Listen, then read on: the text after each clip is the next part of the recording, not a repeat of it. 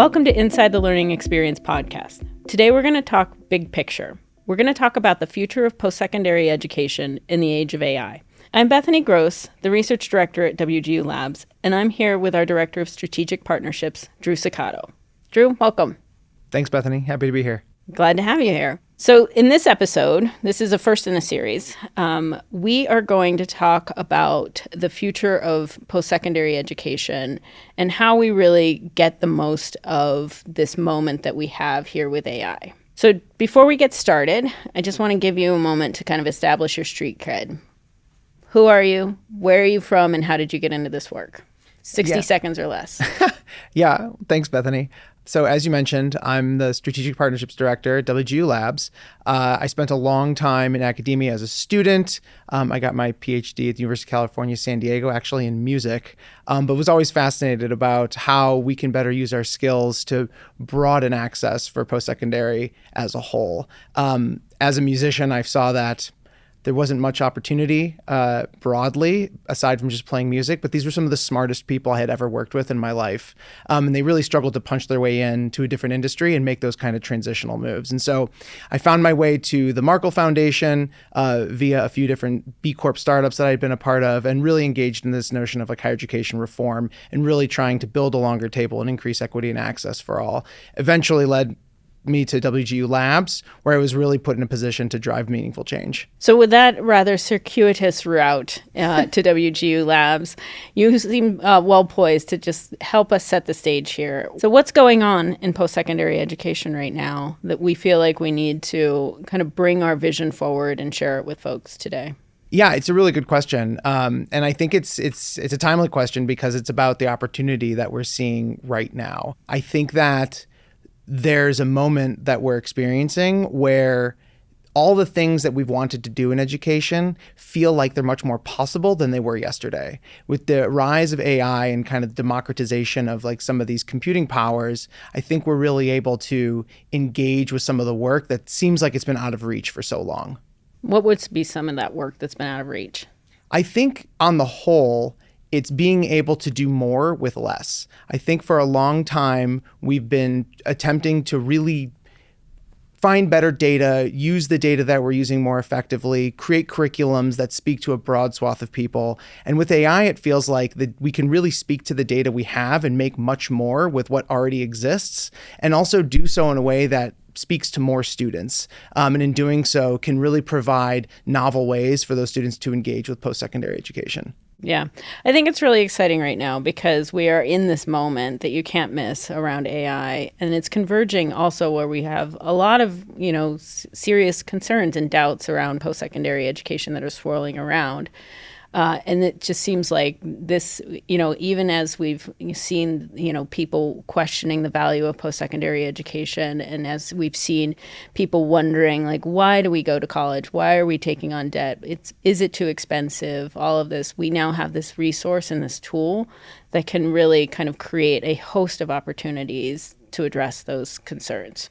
We never like to lead with technology at Labs. We never start with the technology. We always start with the students. So to kind of like help further set the stage, what are we really driving toward when we think we want to use this technology to do great things? What do we want to accomplish for students? Yeah, I think it's interesting because I think what we're really trying to solve are the same things we've been trying to solve for the past 20 or 30 years. We want better pathways. We want stronger outcomes for our students. We want programs that better align to workforce and meet our students' expectations. And we want students to be able to access education wherever they are in their lives. And it's felt like we're able to leverage AI to really make meaningful inroads towards those things and provide the kind of vision of education that we've been pushing for the last few decades. But they are the same kind of problems. We just kind of have a new tool in our tool set that feels like a step change.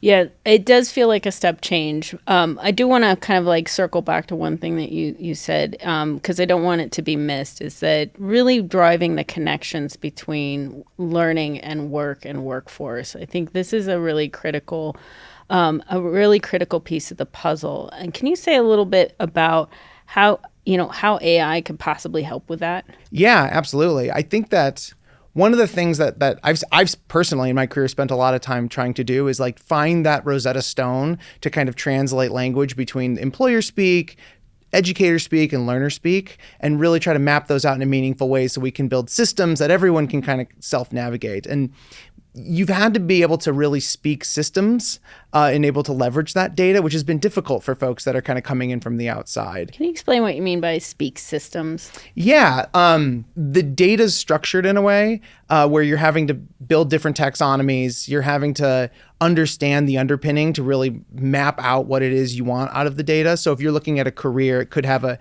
run by job title and job descriptions. And it's not necessarily how we as individuals talk about our work or describe our jobs. It's how a system would delineate one job from another, broadly speaking, to have it be within a large database to understand what types of jobs are doing what and where. And I think the big moment we have is that we can just talk to this data normally. As an individual, I can really speak to the data and say, hey, I'm interested in doing these kinds of things in my words, and I can navigate and use that to really find a position or a track that speaks to me.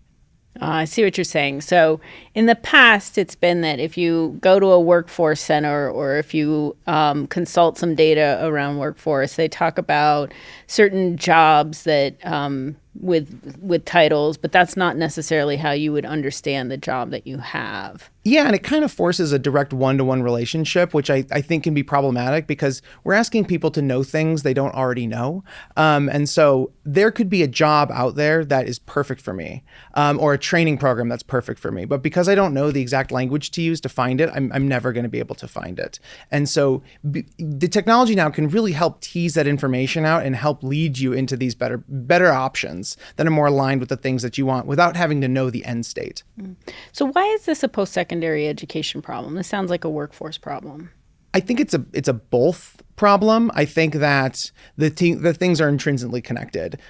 We use post-secondary to build the important skills to be able to function productively within the workforce. And so the two are one and the same. One is just the on-ramp, the other is kind of the off-ramp.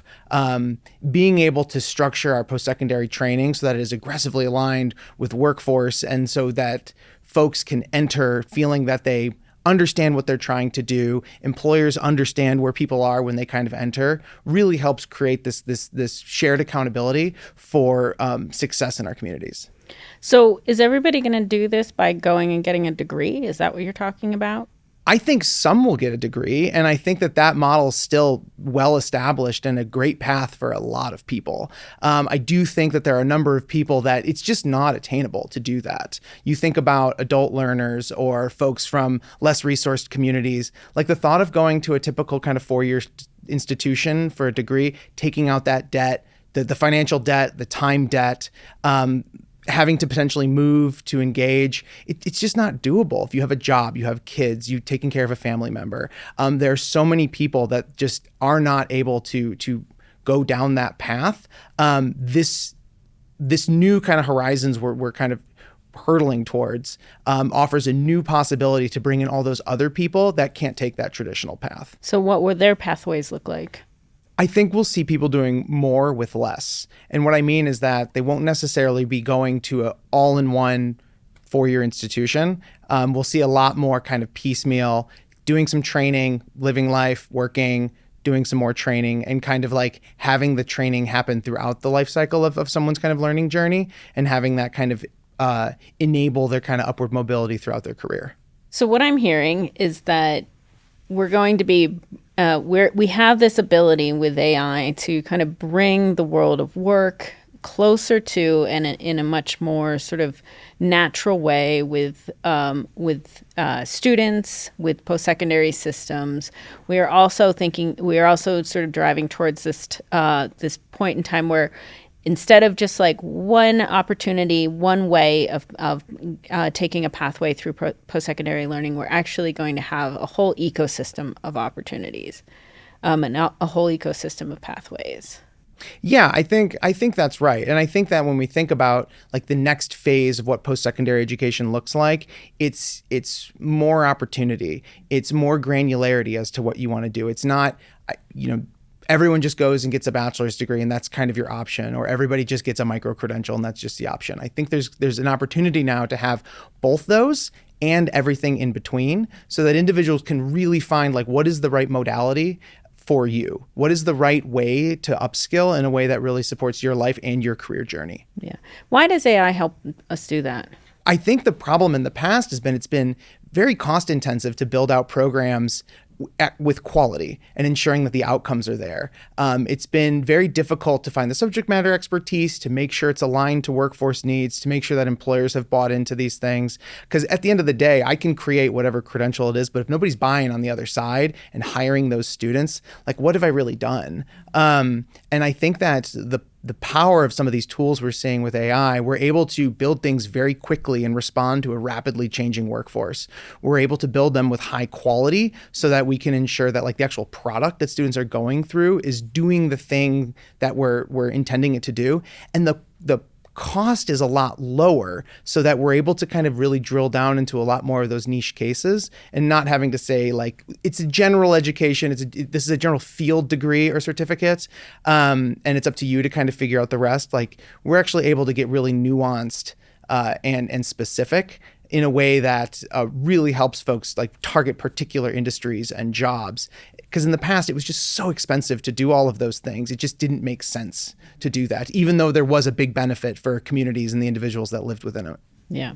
So it's really like the ability to produce learning pathways quickly and relatively inexpensively at high quality that is unlocking like a host of potential for people to have, build skills in really targeted ways, have a range of experiences, have long and short learning experiences. That's great.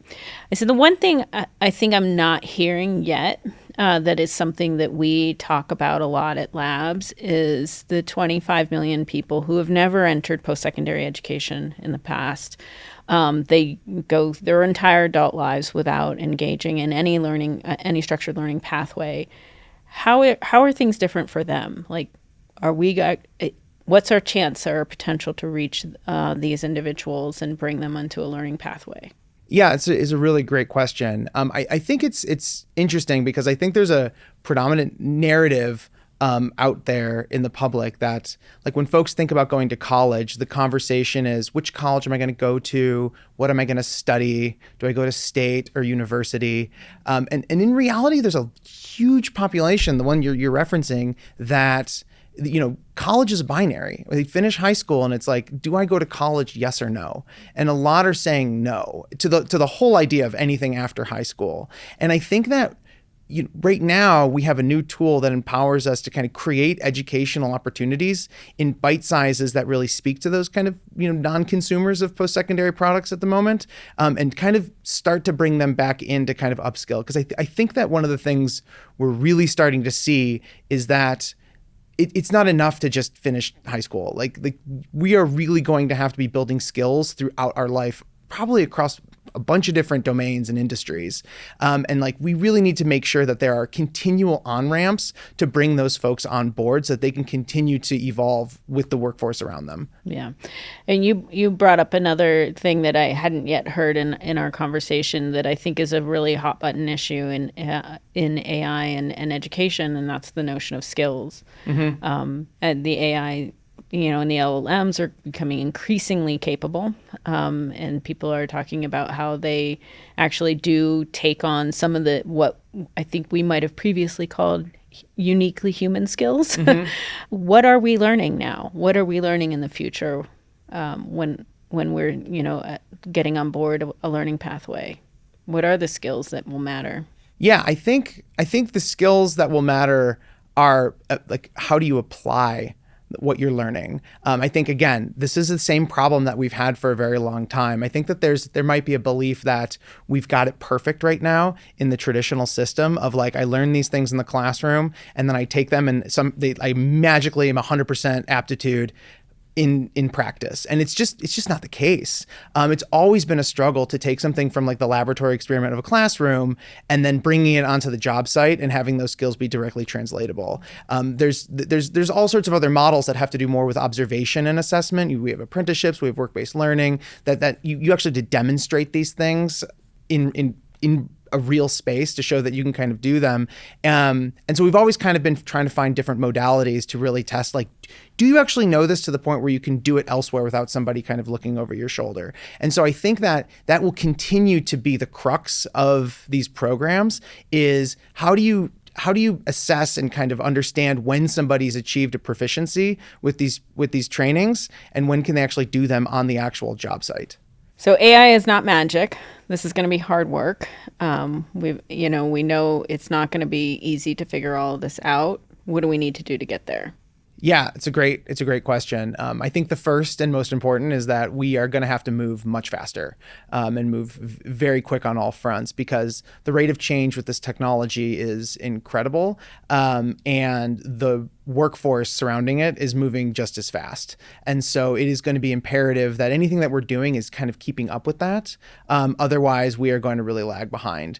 And as part of that, we're going to have to create feedback loops within our work so that we are learning much faster and that we are leveraging everything that we are doing so that we can just keep moving forward because there's a sense of urgency right now and there's maybe some panic around what's kind of going on. And I hadn't noticed. Yeah, right. Yeah. And so I think it's really important that like we're really leveraging everything that we're learning and just building upon that because it's not the time to just be kind of scattered and all over the place. We need to have a common learning agenda and really move these things forward. The second is that we need strong partnerships. And it's 4 groups, I think, in particular. It's the post-secondary institutions, it's workforce, it's the learners, and I also think it's the technologists that are kind of driving this space. And so the concern I have is that everyone is really focusing on their specific needs, and we're kind of building these kind of silos. And I think bringing all of these folks together to understand where each is coming from and building solutions toward each other is going to be critical because we need all of those players at the table and we need a system that is inclusive of all of their voices. The last is that I think we really need to stay true to our values because as we've seen, like, anytime there's powerful technology at play, there's fear over what could be. And so I think that we need to lead with our values and make sure that we are increasing equity and access and ensuring we're delivering a quality product that really helps people achieve the prosperity that they are hoping to get out of a post-secondary experience that translates into a job and some kind of upward mobility that is sought after. Yeah. And at Labs, we would always say one of our core values is to stay student-centered. Absolutely. That's kind of at our foundations. Well, that was all great. Thanks so much, Drew. And thanks for joining us. This has been Inside the Learning Experience podcast. I'm Bethany Gross. Thanks for joining us. See you next time.